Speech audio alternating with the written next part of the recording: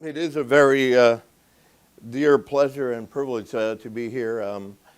It's not often that your mentor's calling you, can you come? And it's hard to say no to Jerry after he helped train me in medicine during those days that we've often recalled.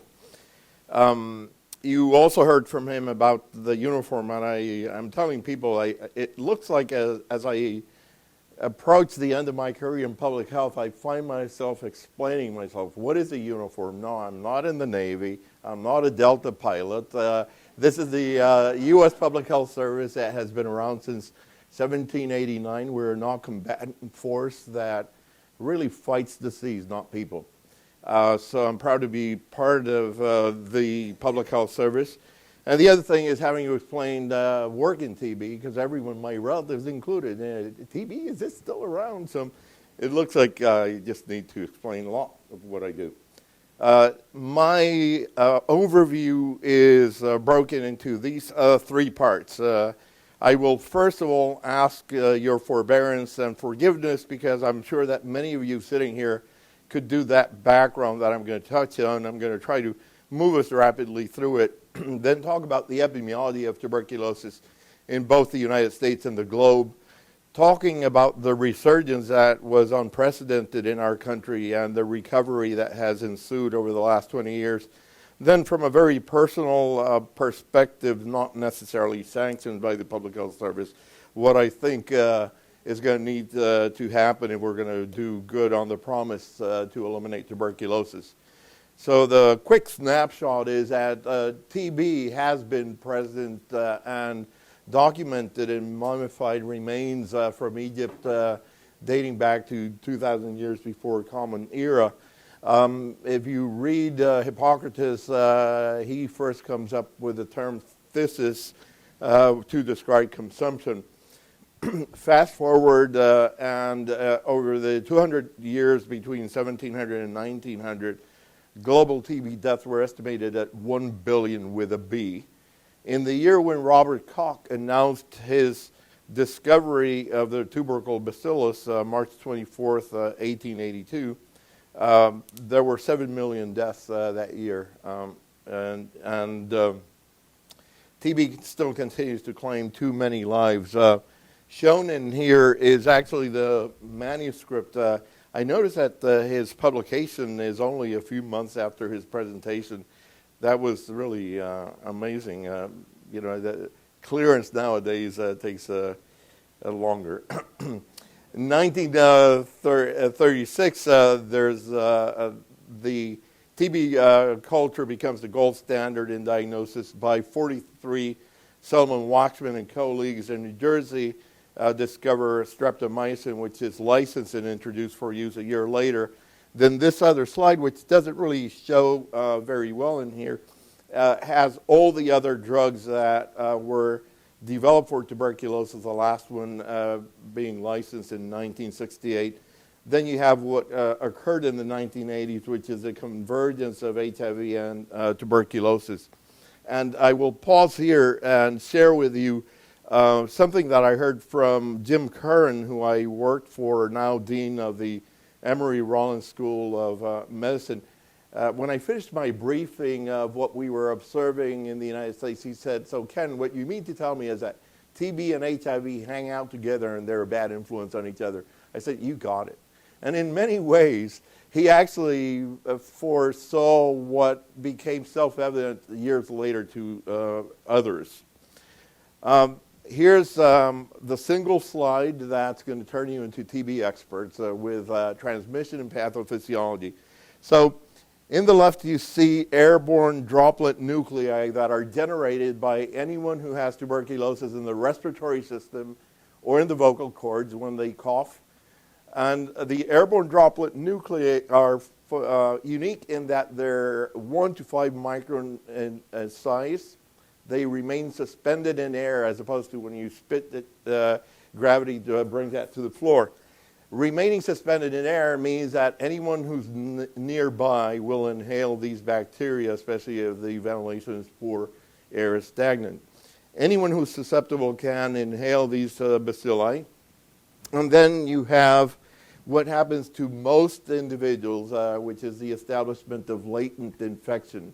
By definition, these persons have no symptoms. You find them through screening using tuberculosis skin tests. Nowadays, you can use interferon gamma release assays such as T-spot or quantiferon.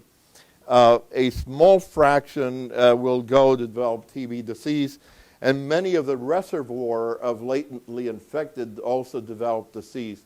It's thought to be about 5 to 10% lifetime risk that anyone with infection will develop disease. Factors that accelerate its progression at the top of the list are HIV-associated immunodeficiency. Other factors that are iatrogenic in nature are immunodeficiency induced by the use of TNF-alpha blockers that we're now using to treat people with rheumatoid arthritis. And many of you who listen to the ads on television, if you've ever had tuberculosis, let your doctor know before you get started on Humira or any of these. Poorly controlled diabetes, cancer, chemotherapy, long-term high-dose steroid use. Now, if you have latent TB, the intervention is using treatment with isoniazid for latent tuberculosis. Under the diagram of the human body there, I mentioned that BCG vaccine, introduced in the 1920s, has been used throughout the world, and it's thought to be about 70 to 80% efficacious in preventing the dissemination of disease in children. In adults, at best, it's a coin toss, about 50% efficacy and not consistent nor reliable.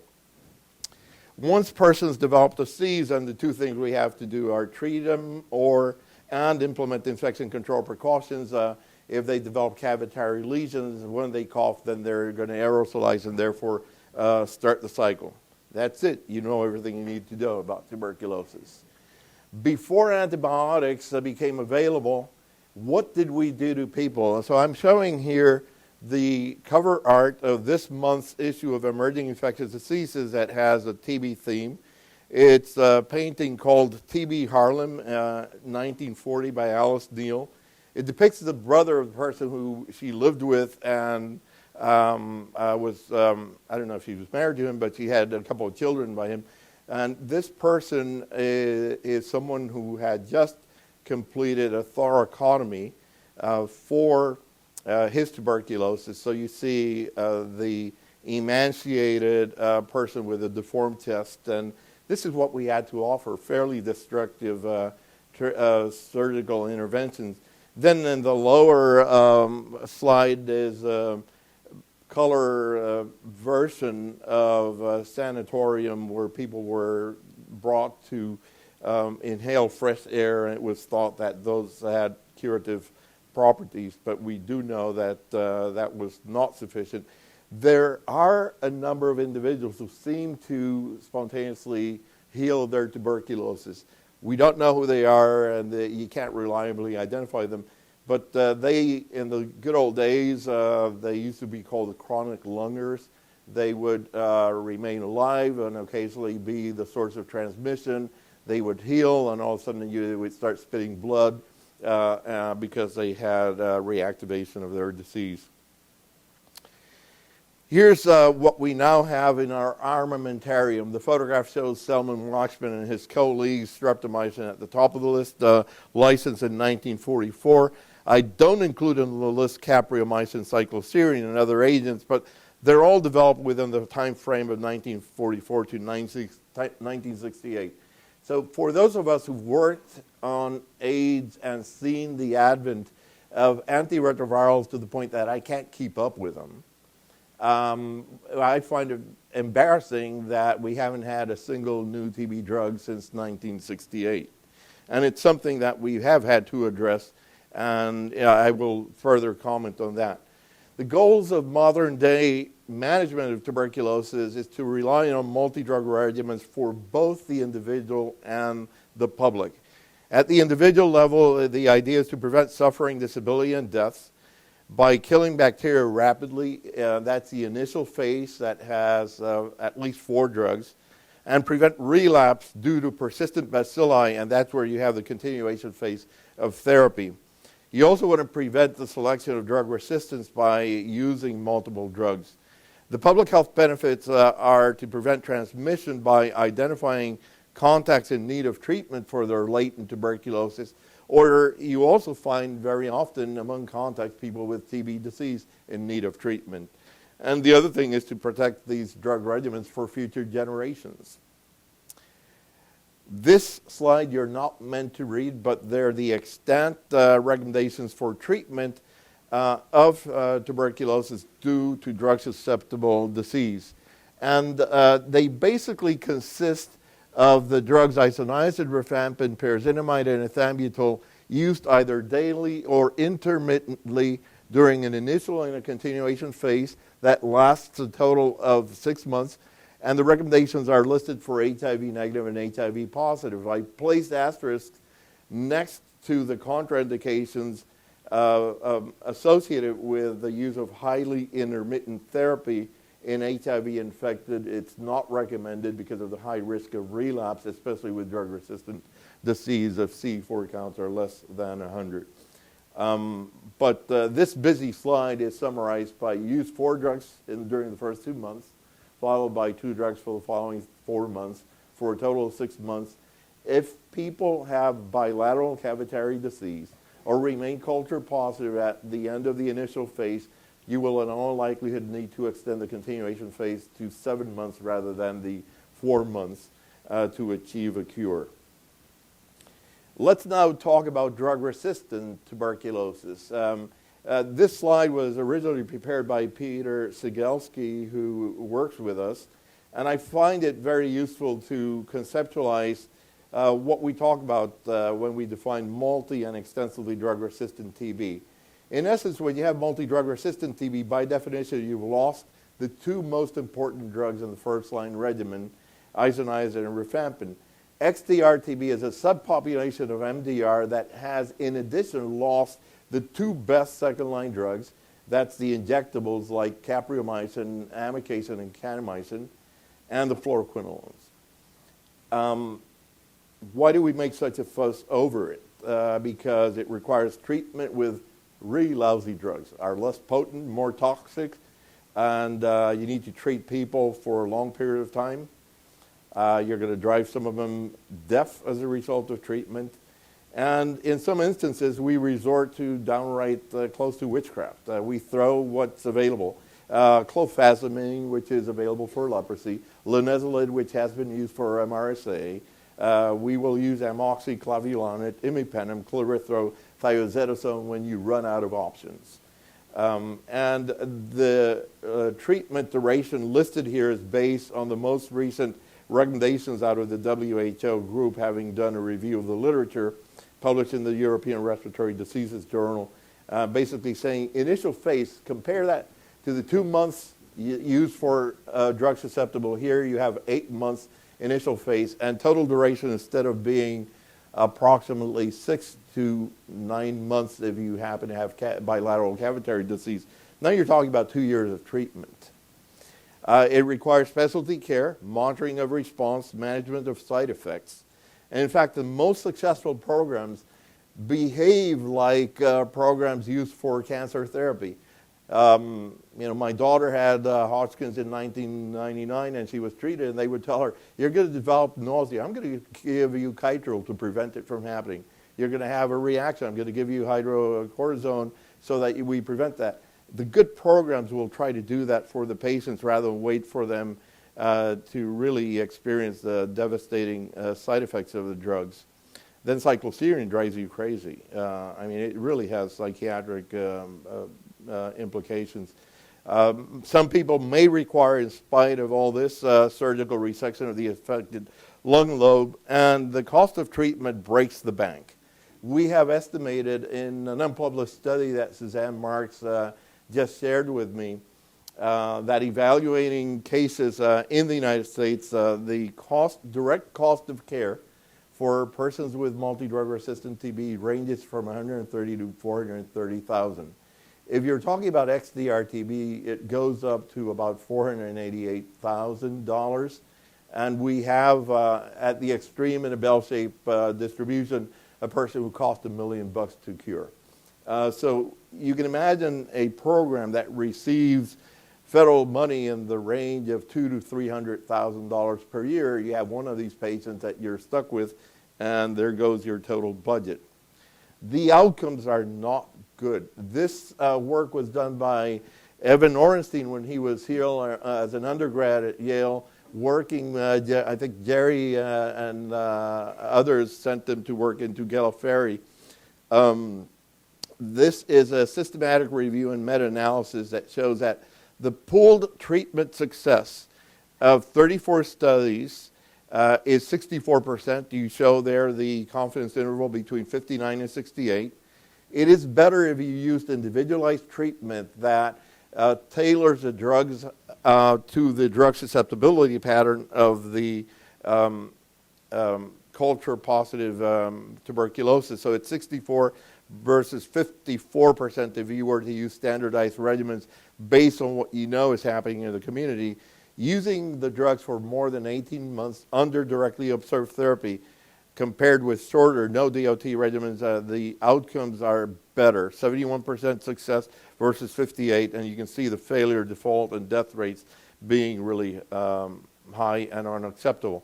Meta-analysis of people with XDR-TB shows an overall proportion of favorable outcomes, about 44%, ranging from 33 to 55 to summarize that busy graph. So this compares with favorable outcomes of 97 to 98% with drug-susceptible TB using the 4 drugs available to us. So the relapse rate should be no more than 2% as opposed to this that you are seeing.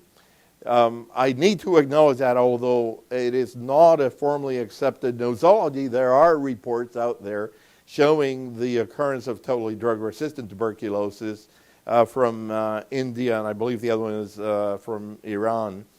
The problem with calling it totally drug-resistant TB is that no one tests against all possible drugs. I showed you in a slide that we're recurring to drugs that are not available for a TB indication, yet are active against M. tuberculosis. So do you call it TDR if you haven't tested against linezolid? Do you call it TDR if you haven't tested against clofazimine? So these are some of the challenges in trying to come up with accepted definitions. But suffice it to say that we are confronted with patients who've run out of treatment options, and that's what we want. So in our country, national surveillance started in 1953. For the next 3 decades, TB case rates came down at a rate of about 7% fewer cases per year. And that came to a screeching halt in 1984, and we had a reversal in trends in the United States from 1985 to 1992. There was a 20% increase. And George Cauthen, working with Mike Cantwell back then, estimated that had the original trend continued, we should have never seen what we call the 52,100 excess cases in our country. Listed on the right-hand side of the slide are the associated conditions, the erosion of the infrastructure. TB grants ceased to exist in the 1970s in favor of block grants, where state health departments were told, you do what you think you need to do with these monies, and TB was coming down. They were strapped for resources, and many of these sites shut down their test clinics. When TB resurged, we were very ill prepared to respond to that. Then the occurrence of HIV epidemic that gives rise to large bolus of highly susceptible individuals. Institutional transmission because we had disinvested in paying attention to infection control precautions. Multidrugresistant TB and immigration are all factors associated with this. Next slide, I will share some of what we learned as a result of our direct involvement in outbreak investigations during those years. First was difficulties in diagnosing TB among persons with HIV. Persons presented with atypical clinical manifestations. In fact, I remember seeing someone who clinically, I would have sworn this person who has HIV has pneumocystis pneumonia. Bilateral interstitial infiltrates, and lo and behold, sputum smear microscopy comes back positive, culture positive for TB, manifesting as PCP. So the Bactrim I was using was not working, and we needed to switch gears right away. Lack of real-time diagnostic results. We saw patients in whom drug susceptibility results were coming back post-mortem. I mean, this is unacceptable in my personal opinion. And the results were never used to modify patient therapy. There's a reason for that. This is a slow-growing bug. It takes E. coli, any intestinal bacteria, 20 minutes to generate, replicate for a new generation. It takes 24 hours for TB. And as a result, the solid media took 6 weeks to identify. If you did drug susceptibility testing, there was another 6 weeks. And you can imagine the disaster and how irrelevant those results became for patient care. There was a total absence of infection control precautions. I remember reviewing a medical record in one of the outbreaks in New York and seeing written all over the chart respiratory isolation, yet learning that the person was frequently going out to the lounge. This is back in the good old days. Patients could smoke in the hospital. And so they went to the lounge and they're smoking and coughing. This photograph was actually taken, I think it was Sam Dooley in one of the outbreaks, where one of the patients who was supposed to be on respiratory isolation is witnessed walking past the nurse, just shoving his IV pole, wearing a surgical mask that's only tied up at the top. This is what the implementation of respiratory isolation was seen to be. At the time, we also saw the death in healthcare workers and the prison guard, and I'm going to share with you, because this was very remarkable in turning the tide against tuberculosis. The cost of recovery was inordinate. Tom Frieden, Rita Washko, and Peggy Hamburg have written that it cost New York City about $1 billion to recover from the resurgence of tuberculosis. I've gone over some of the challenges of a typical clinical presentation. Then you have the drug-drug interactions. You also have immune reconstitution syndrome. So listen to me. You're a doctor. You're supposed to make someone better. You give them drugs, and they get worse. What are they going to think of you as a practitioner? I'm going to seek medical care somewhere else. And we've been seeing this, especially in sub-Saharan Africa, where patients are lost when practitioners are not anticipating the occurrence of immune reconstitution, inflammatory syndrome. And then the risk of relapse, as I've alluded to, especially with highly intermittent regimens. This slide comes out of an assembly published by Charles Wells, and I contributed to it, putting together all the outbreaks, or main outbreaks in New York, in Florida, what we saw later in Italy, in Madrid, Spain, in Buenos Aires, Argentina, in the prison in New York State, and I've added to the bottom of it, Jerry, is the work that you and Neil Gandhi did into Gallifrey, because it really was, it was Yogi Berra's deja vu all over again, occurring in 2006. So you see the total number of patients, the proportion of HIV infected, almost universal HIV infection, 90 to 100%. Death rates hovering between 72 to 98%. This is not what's supposed to happen with a curable disease. And the time from diagnosis to death ranging from 4 to 16 weeks.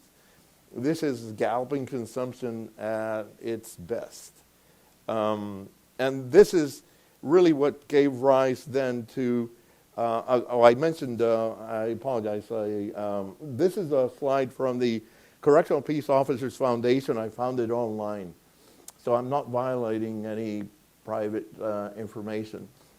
Officer Petrosino died as a result of having cared for patients who were incarcerated with multidrug-resistant TB, and I have boldface typed the segment.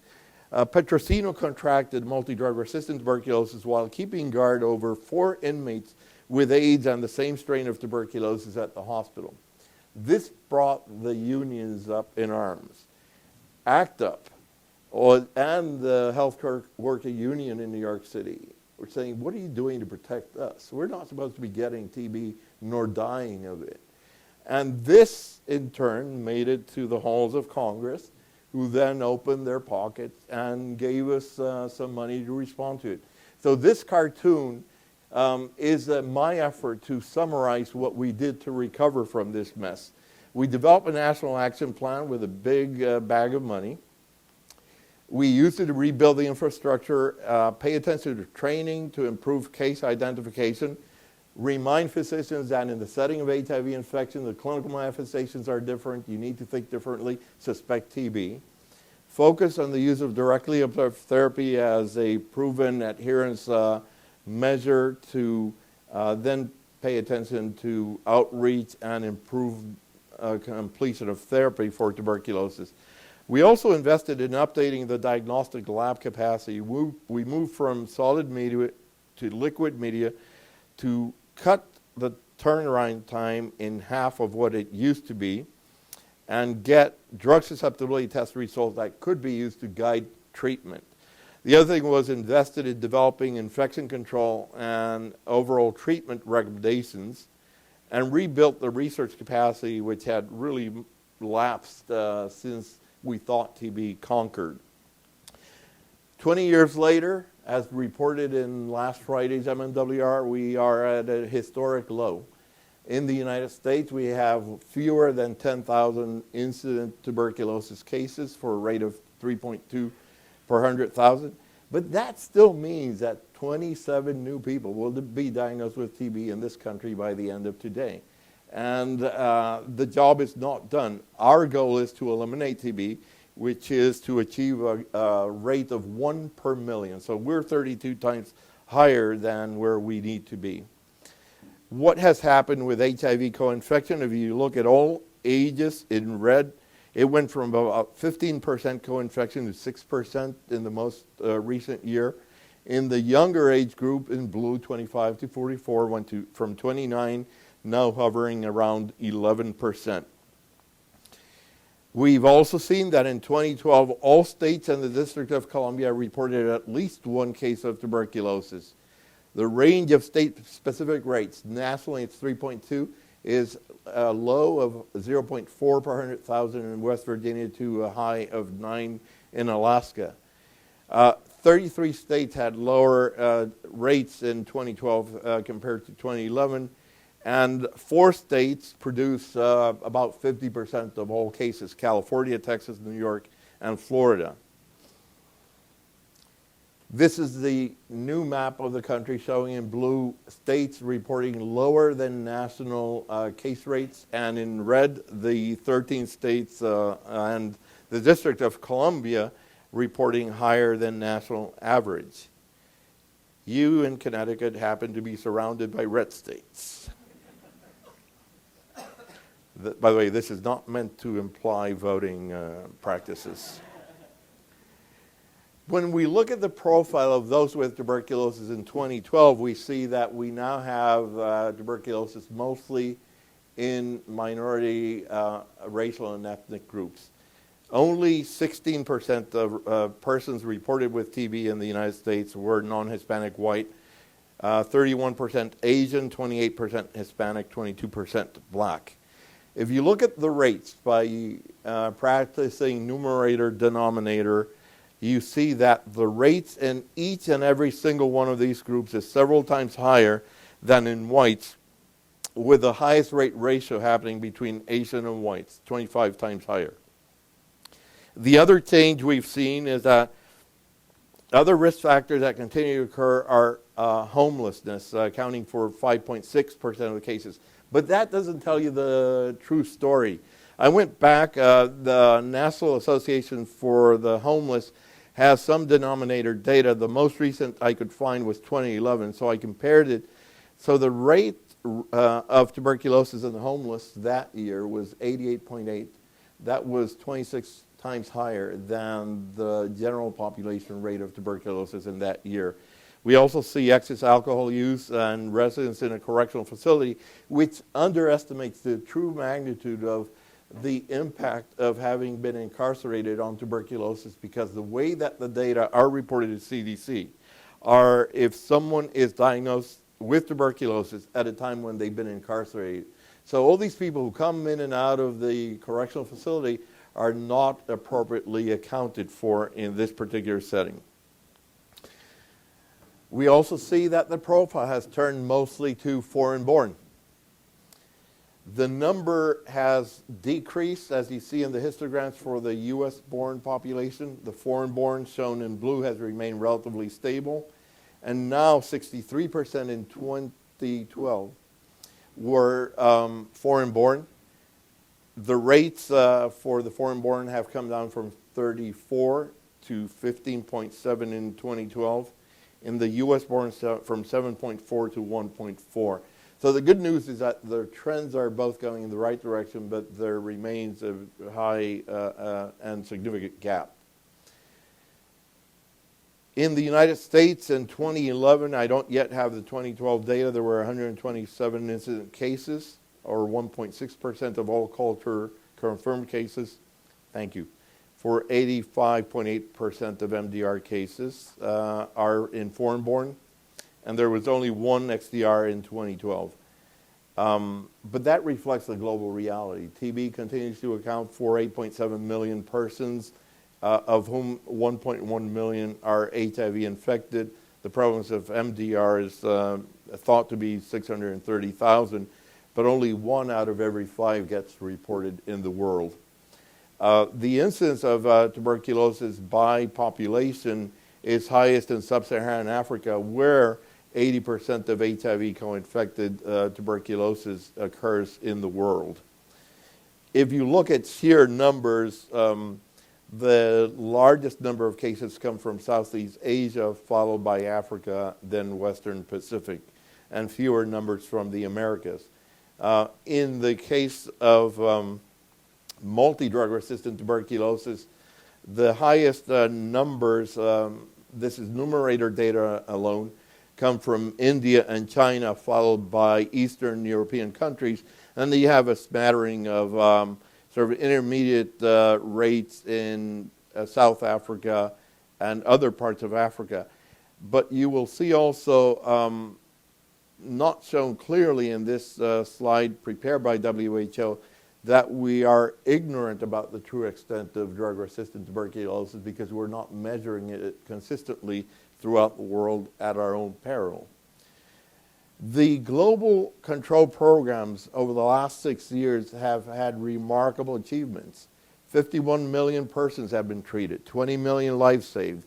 48% of HIV-infected TB have been started on antiretrovirals. There's been a reversal in the general epidemic, and the Millennium Development Goals on mortality are on track globally. However, the incidence is declining far too slowly globally. 1/3 of the cases are not in the system, not getting reported. We're lagging behind on the MDR TB response. I alluded to 20%, so 19% of MDR is reported. And mortality decline in Africa and Europe is not on track for achieving the goals. So that's the reality in the world. And let me just move very quickly, because I had asked for a 15-minute mark. I have about 5 more minutes of slides, but I really would like to engage with you rather than have you listen to me.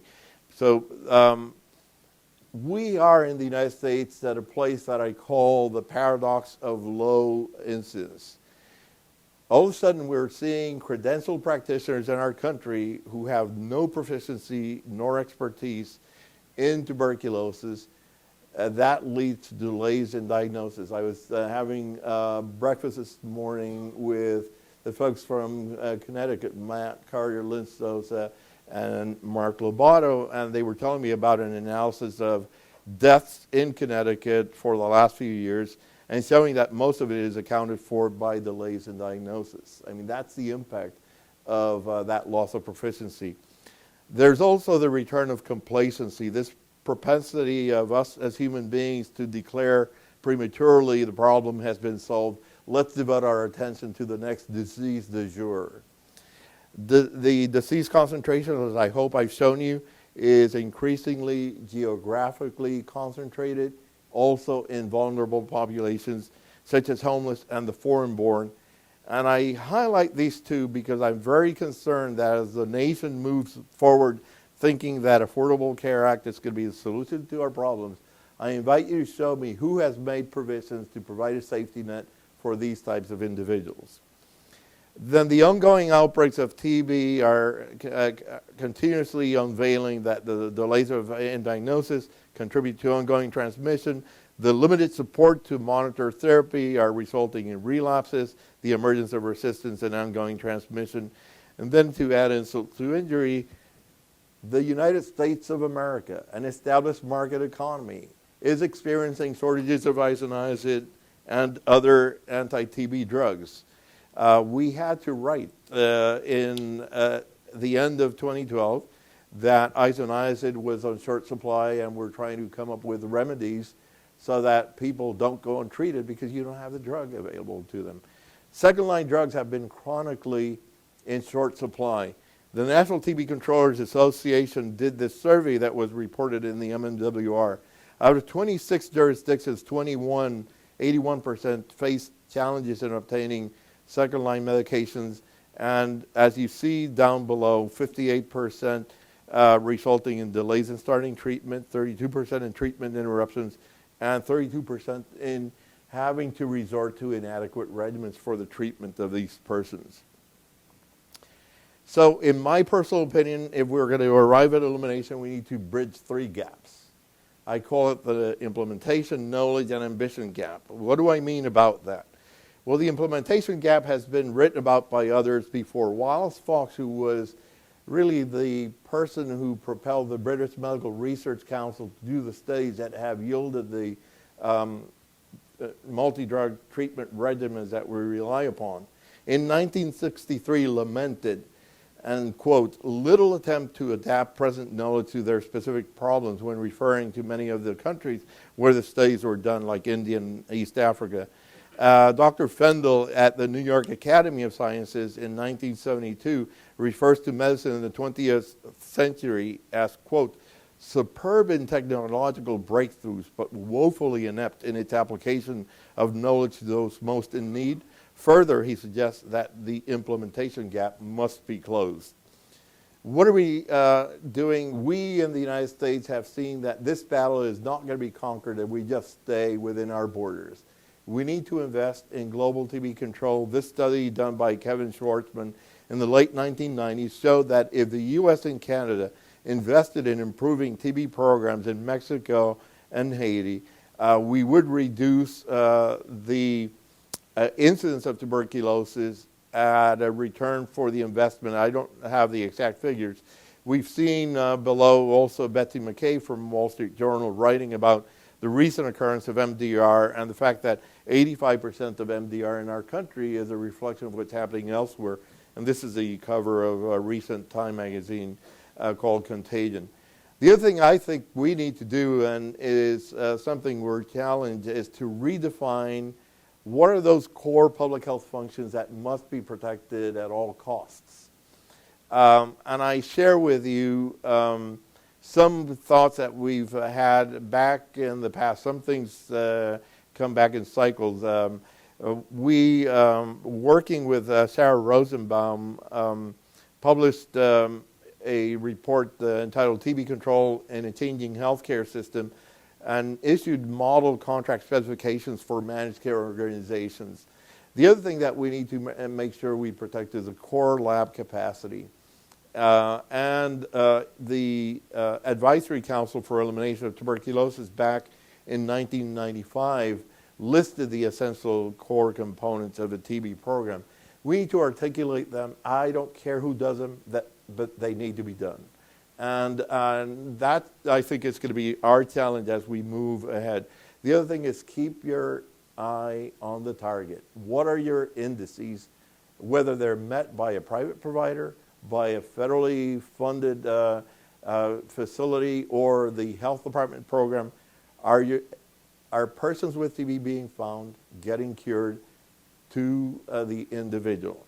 We're ultimately accountable for all these persons, and we have a series of targets that we need to keep track of.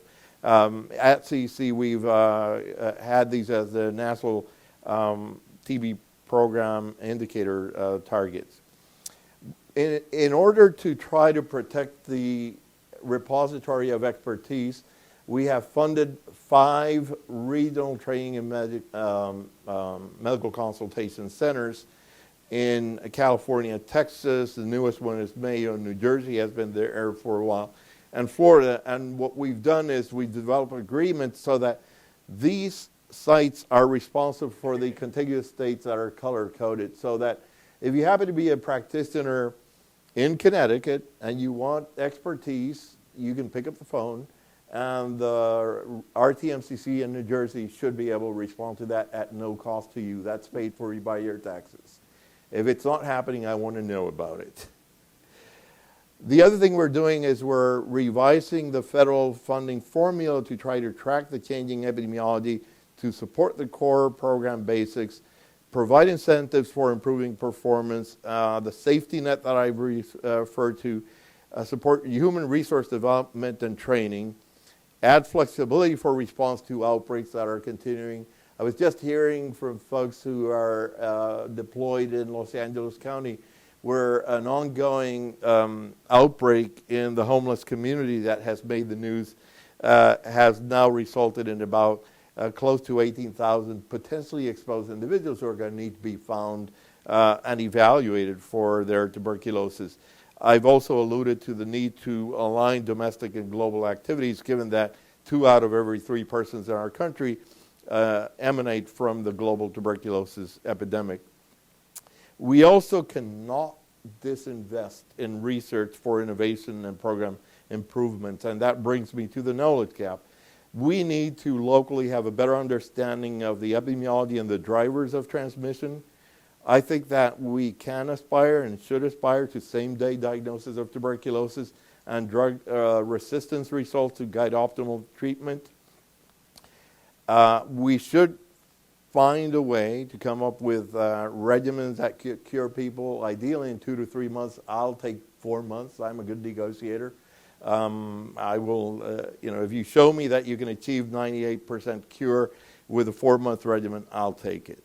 Understanding the genetic markers of bacterial virulence to enable targeted interventions is going to be key.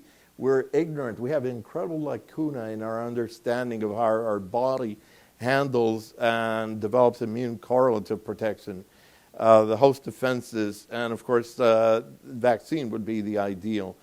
I wanted to share with you that because part of the knowledge gap is can we use modeling to help direct our actions? This is a series of graphs, and I've just selected out of modeling that we published just in 2011, projections of TB in the foreign-born and the U.S.-born, and then all combined. We're not going to get elimination in the foreign-born. We could, however, if we increase to 4 times the baseline, the identification of persons with latent TB and get them successfully treated and cured, we could be at the 1 per million mark by 2022. So, but it takes doing that. It doesn't take wishing for it. And just to share with you that based on the best and latest available estimate, we think that there are anywhere from 9 to 14 million persons in the United States with latent tuberculosis infection. Not surprisingly, the rate of infection is 10 times higher in the foreign versus U.S.-born. And in those with a low poverty index, as defined in the footnote, have rates that are almost twice as high. And you also see the rates higher in non-Hispanic blacks. We've repeated this survey in the National Health and Nutrition Study. And later this year, I should have updated information for the years 2012 and 2013 to see if we still have these many, or if ideally it's fewer. Other aspects of knowledge gap that have yielded results is the investment by the Bill and Melinda Gates Foundation. Actually, David Aland, who also trained with Jerry while we were at Montefiore, has helped develop what I call the Expressive Machine approach to diagnosing tuberculosis. You take a sputum sample, put it, inactivate it, but then pipette it into a cartridge, put it into this module. 90 minutes later, you have a diagnosis of TB and whether rifampin resistance is present or not. Rifampin resistance is an indicator of MDR, a surrogate indicator. The other thing is that as a result of studies, Janssen Therapeutics recently established the efficacy of bedaquiline, diaryl quinoline, as an effective drug as part of the regimen in treating persons with MDR. And for the first time in over 40 years, FDA has approved a new drug for a TB indication using the accelerated approval mechanism for life-threatening conditions. This is limited to MDR. That challenges us to then transform that into new policy. How are we going to use it? Who's going to have access to it? And all that are still unresolved questions. Other new technology is using genetic sequencing to read the DNA rather than wait for the slow-growing bug to grow. We have shown, and CC is offering a service, that using sequencing, we can detect mutations in 9 loci that confer resistance to 7 anti-TB drugs, results available in 2 days rather than the 42-day turnaround time if you go down the usual path. Another recent finding is establishing the efficacy in the United States of using isoniazid and rifapentine for 3 months, once weekly under directly observed therapy. 12 doses, your treatment is completed. We develop guidelines and I'm wanting to make sure that they're rolled out, but that we do post-rollout evaluation of safety of this. The holy grail is, of course, TB vaccines, and the good news is that there's a relatively robust pipeline, and Mike Brennan, who used to be at FDA, has written about this in the International Journal of TB and Lung Diseases, and the citation is right there. I would invite you, if you're interested, to take a look at that. The ambition gap is, I think, where we fall short. We really, what I have seen is that TB programs have operated under poor conditions for so long that there's an impoverishment of will common to resource-limited settings, and we need to overcome that. We need to acknowledge that TB elimination and eradication are the ultimate goals for either a present or future generation, but you're not going to stop running a marathon before you cross that finish line. We need to mobilize political resolve. We need to develop a solidarity of effort. And I think we need to develop a status of intolerability, where if you see TB, that means something's wrong because we shouldn't be seeing this disease. We need to keep that bold ambition, expectations, and sustain actions, and as I say, no room for premature declarations of victory.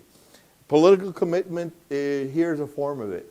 This is the legislation that authorizes the Comprehensive TB Elimination Act for 5 years. What's interesting is that there's a remarkable difference between authorized and appropriated dollars. We're receiving about 100 million fewer dollars than we're authorized to receive in 2013, under a continuing resolution, by the way.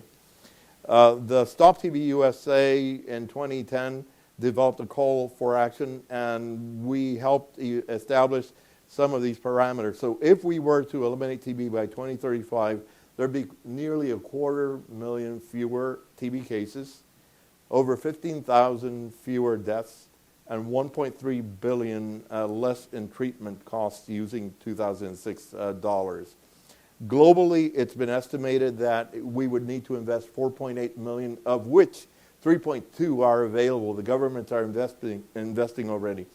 The funding gap is 1.6 billion, but the anticipated yield is 17 million people treated, 6 million lives would be saved. In closing, I want to share with you, I'm a big fan and a student of Bill Fagey, who was our agency director when I first arrived at CDC. And Bill was involved in this smallpox eradication campaign, and he's recently written his own accounting of it in this book shown here entitled House on Fire. And his words really resonate with me. He said, to achieve this, thousands of people participated in a smallpox global eradication effort. They were optimists. They were risk takers. There was no shortage of people telling them that the effort was futile. And it wasn't science that threatened to stop us. It was even nature per se. It was human nature, the human factors that involve strikes, job security, political concerns, and turf. So I posit to you that if we are able to overcome this, we should be seeing TB eliminated. In summary, I've shared with you that over the last 20 years, we've had a recovery from the devastating impact of the resurgence of HIV-associated multidrug-resistant TB. Achieving elimination requires sustaining the recent gains and bridging the gaps in the 3 areas that I mentioned. And the Institute of Medicine said it best in their report entitled Ending Neglect, published by the National Academy of Sciences in the year 2000. The issue now confronting the nation is whether we will allow another cycle of neglect to begin, or instead whether we will take decisive action to eliminate tuberculosis. I hope you join me in staying on with this fight until we see this disease eliminated. And instead of commemorating the date when Robert Koch discovered the bacillus, we drink a glass of champagne to its elimination. So thank you for your attention.